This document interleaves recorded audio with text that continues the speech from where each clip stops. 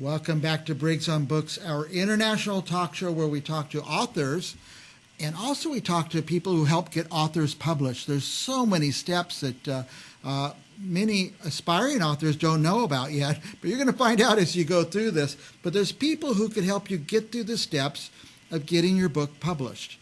Our guest is an expert at this, an expert at just that subject. Roberta Thorndike, welcome. Thank you. It's good to be back. Yeah. I would say 90% of our viewers, well, besides readers, are people who are writing books, and they're just having trouble getting to the point where they can put their pencil down and say, I'm done. And then they haven't even thought about these things, but there's a whole bunch of things to do after you finish your initial writing. Is that right? Oh, yeah, for sure. It's a very, it's a process with a lot of layers to it.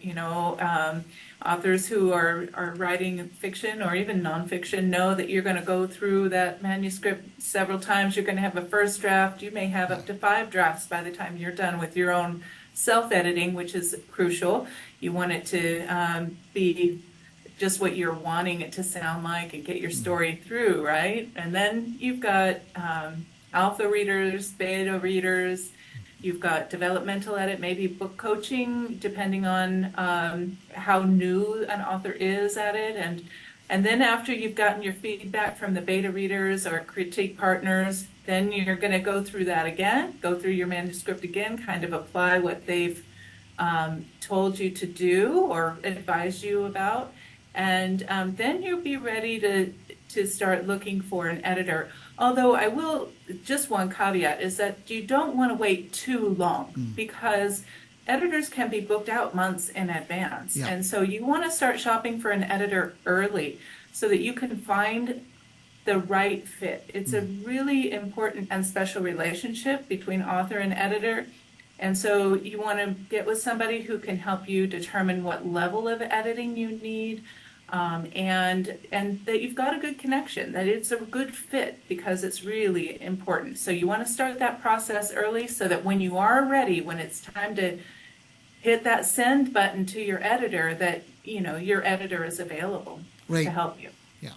Now, would you, let's say one was writing on a specific battle in World War II versus somebody who's writing a fantasy novel with dragons and things, would you use a different type of editor for each? Yeah, it is really advisable for you to find an editor who is experienced or at the minimum interested in your genre of writing. And, so that, yeah, definitely. And that's where that mutual interview process, takes you.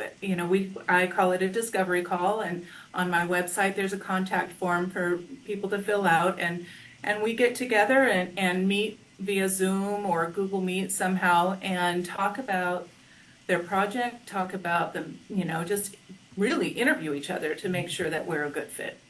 My only real writing is master's theses, and doesn't matter how many times I went over it. I call it not seeing the forest for the trees. There's always some big glaring thing that even though I've read it 100 times, it's still in there. Mm-hmm, mm-hmm. For sure, because what happens is you've got it in your head, and so you're reading what you meant to write, not necessarily what's on the screen or on the paper. And so that's where that fresh set of eyes comes in. And even for yourself, as an author, give it some time between drafts, because if you read it too frequently, too close together, you may trip yourself up on that what's in your head as opposed to what's actually on the paper. Now, my problem is something called a passive voice or something like that I just can't get a handle even on what that is. Is that the kind of thing an editor will help you with? Absolutely. Absolutely. So passive voice, I'm trying to think of a great example of it, but, passive voice is like, rather than saying the dog barked, which I've had a lot about this morning, rather than saying the dog barked at the mailman, you can say the mailman caused the dog to bark, which it's not as concise, it's not as active. So yeah, and it does that active voice is a lot easier for the reader to and sort of immerse themselves in. I've decided that since I'm working on coming up with very intricate, minute little historical details, that I'm just going to let the editor figure that passive voice thing out that I can't. So, but that's what they do. They don't just catch mistakes. They can help with the grammar and things like that.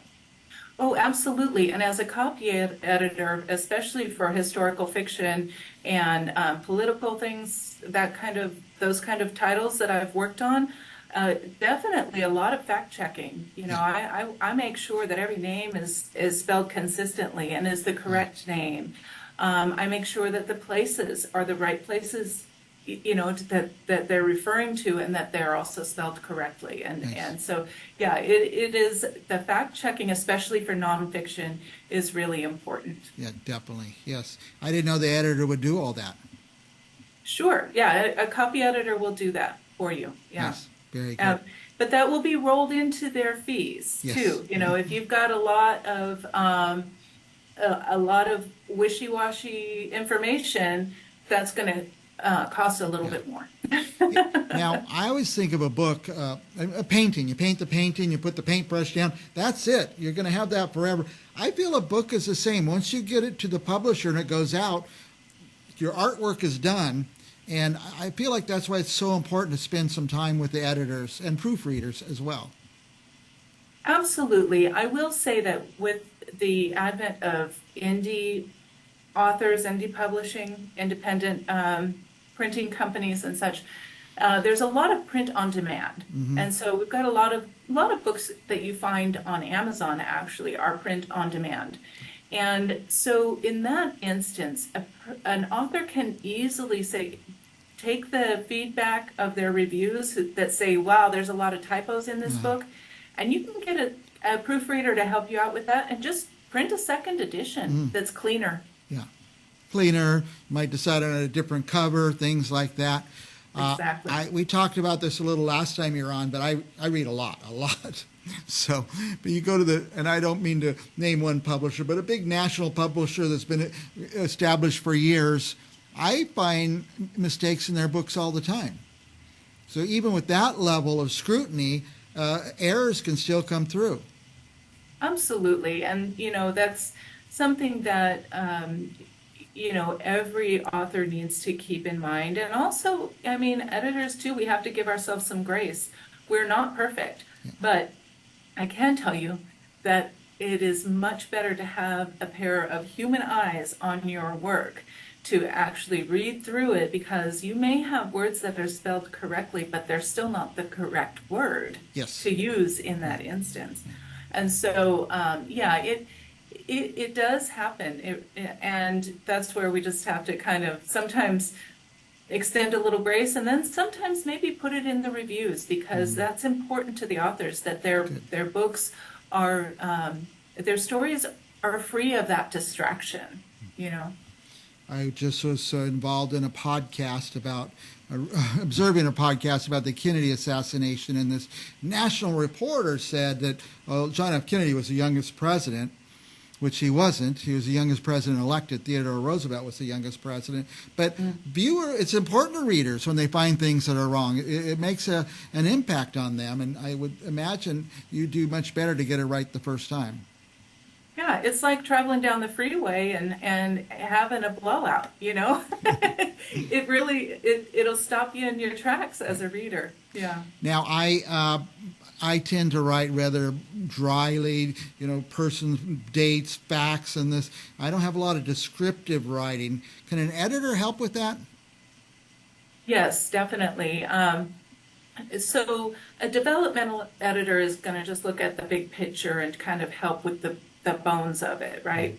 But when you get down to a line editor is going to help kind of massage those words, help with making suggestions for some maybe more picturesque language, sometimes more conciseness. You know, we might need things to be a little less wordy, especially sometimes new authors might feel like if they write more words, it's going to be better, but that's not always the case. Right. I read I think I told you about this one before, also read the story, and they took their horse to the stream, and the horse lapped up the water horses don't lap up water. Right, So right. things like that. So, by the way, I'm glad you're on and answering all my questions. I'm getting a free session here from Roberta. What do you want our viewers to know? Turn it back over to you. I'm sorry, say that one more time. What do you want our viewers to know? Well, I want your viewers to know that if you've been writing a book, and if you are in the middle of writing a book now, start shopping for your Go editor. shopping, Check their social media. You can use the hashtags for the specific genre that you write. Hashtag fiction editor, and do your shopping, do your homework.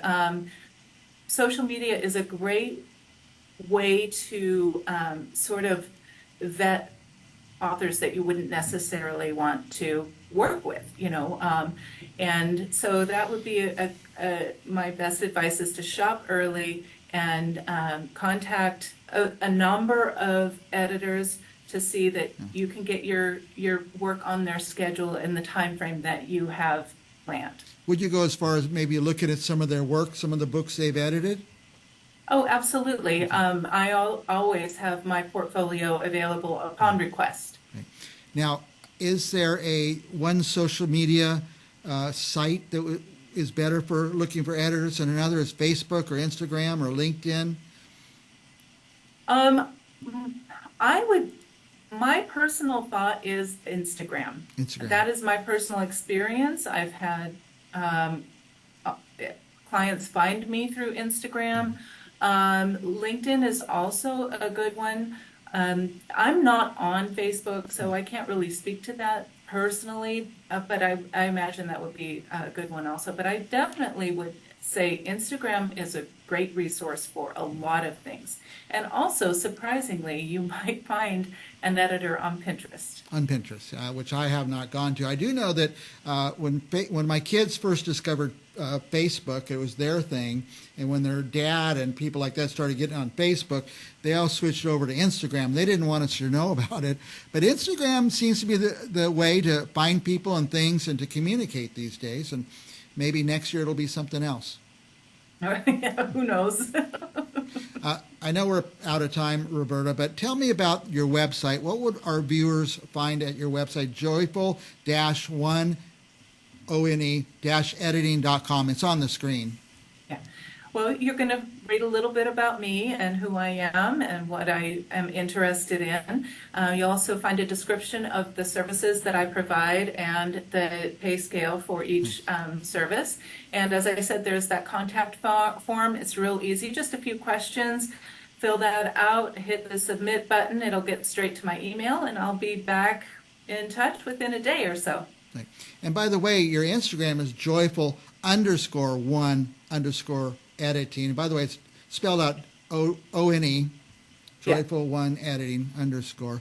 Well, thank you, Roberta. Last thoughts for our viewers? Keep on writing. Keep we on need writing. your words. And I get your biggest message today is don't finish your writing your book and think you're going to find an editor tomorrow. Start shopping and thinking about it. They might even be able to help you through the process of getting that book finished, for all we know. Absolutely. Absolutely. I appreciate you, Roberta, and I appreciate you taking the time to come on here and give some advice to our aspiring writers. It's my pleasure, Mike. Have a great day. All righty, we'll talk to you next time, Roberta. Okay, bye-bye. And we will be back with more Briggs on Books right after this.